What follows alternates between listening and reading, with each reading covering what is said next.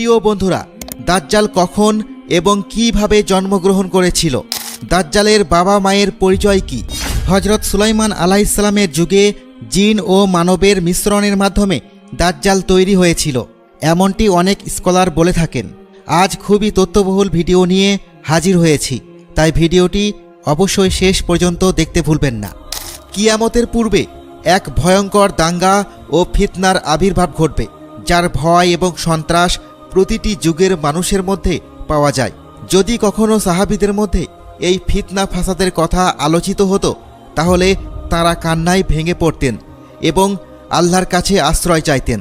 বন্ধুগণ, হুজুরে পাক সাল্লাল্লাহু আলাইহি ওয়াসাল্লাম ইরশাদ করেছেন যে কিয়ামত সেই পর্যন্ত আসবে না যতক্ষণ না দাজ্জাল পৃথিবীতে আসে। দাজ্জালের আগমনের চিহ্ন ও তার চেহারার ব্যাপারে হুজুর সাল্লাল্লাহু আলাইহি ওয়াসাল্লাম ইরশাদ করেছেন, দাজ্জাল হবে খাটো ও কুৎসিত, এক চোখ অন্ধ হবে, দুই পা বাঁকা হবে, তার শরীরে প্রচুর পরিমাণে লোম থাকবে, তার মাথার চুল হবে কোঁকড়ানো এবং তার গায়ের রং হবে লাল বা বাদামি, তার নাক হবে তোতা পাখির ঠোঁটের মতো এবং তার কপালে কাফের লেখা থাকবে, যা প্রত্যেক মুসলমান পড়তে পারবে, তারা পড়াশোনা জানুক বা না জানুক। তবে কাফির ও ফাসিকরা তা পড়তে পারবে না, তারা যতই শিক্ষিত হোক না কেন। দাজ্জাল যখন পৃথিবীতে আসবে, তখন সে মানুষের সামনে নিজেকে সৎ ও ধার্মিক হিসেবে উপস্থাপন করবে, যাতে মানুষ তার কথা বিশ্বাস করে, কিন্তু ভিতরে সে কাফিরদের মতো নির্দয় হবে। প্রথমে সে নবী হওয়ার দাবি করবে এবং যখন তার অনুসারীরা বৃদ্ধি পাবে, তখন সে নিজেকে খোদা বলে দাবি করবে। দাজ্জাল এক বিশাল বাহনে চড়ে পৃথিবী জুড়ে ঘুরে বেড়াবে, যার দুই কানের মধ্যবর্তী দূরত্ব হবে প্রায় 120 ফুট। বন্ধুগণ, দাজ্জালের কাছে অসীম শক্তি, সম্পদ এবং ধনভাণ্ডার থাকবে। পৃথিবীর বেশিরভাগ নদী ও নালার উপর তার অধিকার থাকবে, তার অনুমতি ছাড়া কেউ পানি পান করতে পারবে না। দাজ্জাল মানুষকে বিভ্রান্ত করার জন্য নানা রকমের জিনিস দেখাবে।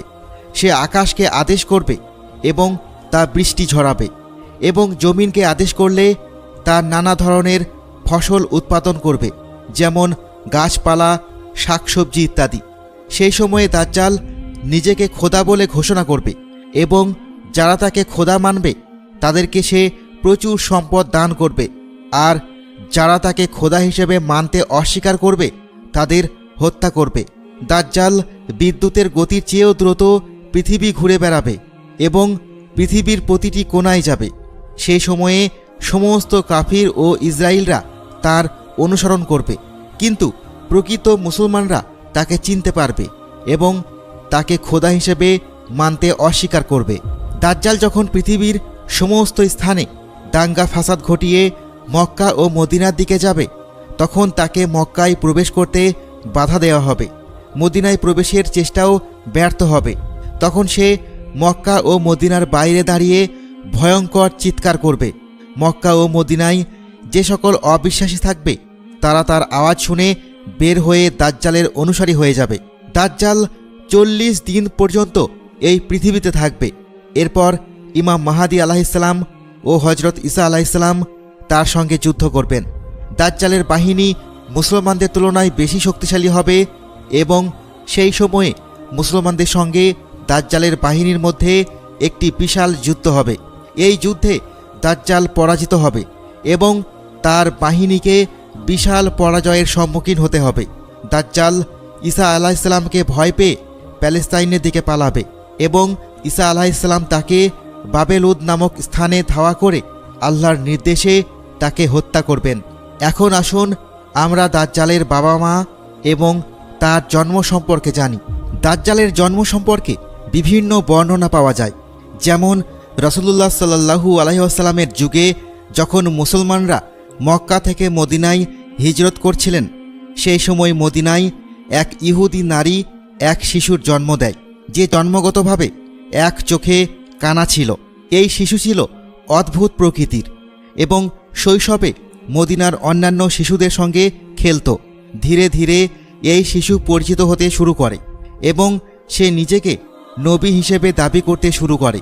তার মা যখন এই বিষয়ে জানতে পারেন তখন তিনি রাসূলুল্লাহ সাল্লাল্লাহু আলাইহি ওয়াসাল্লামের কাছে যান এবং তাকে সব কিছু জানান। একদিন রাসূলুল্লাহ সাল্লাল্লাহু আলাইহি ওয়াসাল্লাম সাহাবীদের সঙ্গে ওই শিশুর বিষয়ে জানার জন্য তার বাড়ির দিকে রওনা হন। পথে তিনি দেখতে পান ওই শিশু আনসারি শিশুদের সঙ্গে খেলা করছে। ওই শিশুটির নাম ছিল ইবনে সায়াদ। তখন ইবনে সায়াদ ছিল কিশোর, কিন্তু এখনও পুরোপুরি যুবক হয়নি। রাসূলুল্লাহ সাল্লাল্লাহু আলাইহি ওয়াসাল্লাম তার দিকে এগিয়ে যান, কিন্তু ইবনে সায়াদ তার টের পায়নি। রাসূলুল্লাহ সাল্লাল্লাহু আলাইহি ওয়াসাল্লাম তাঁর পিঠে এক থাপ্পড় দিয়ে তাকে জিজ্ঞাসা করলেন, তুমি কি স্বীকার করো যে আমি আল্লাহর রাসূল? ইবনে সায়াদ রাসূলুল্লাহর দিকে তাকিয়ে বলল, আমি স্বীকার করি যে আপনি আল্লাহর রাসূল। এরপরে ইবনে সায়াদ বলল, আপনি কি স্বীকার করেন যে আমিও একজন আল্লাহর রাসূল? রাসূলুল্লাহ সাল্লাল্লাহু আলাইহি ওয়াসাল্লাম তাঁর কথায় জবাব না দিয়ে বলেন, আমি আল্লাহ এবং তার সব রাসূলদের উপর বিশ্বাস রাখি। এরপর রাসূলুল্লাহ সাল্লাল্লাহু আলাইহি ওয়াসাল্লাম ইবনে সায়াদকে জিজ্ঞাসা করেন, তুমি কি দেখছো? ইবনে সায়াদ জবাব দিল, আমি সমুদ্রের উপর একটি সিংহাসন দেখছি। তখন রাসূলুল্লাহ সাল্লাল্লাহু আলাইহি ওয়াসাল্লাম বলেন, এটি শয়তানের কারসাজি।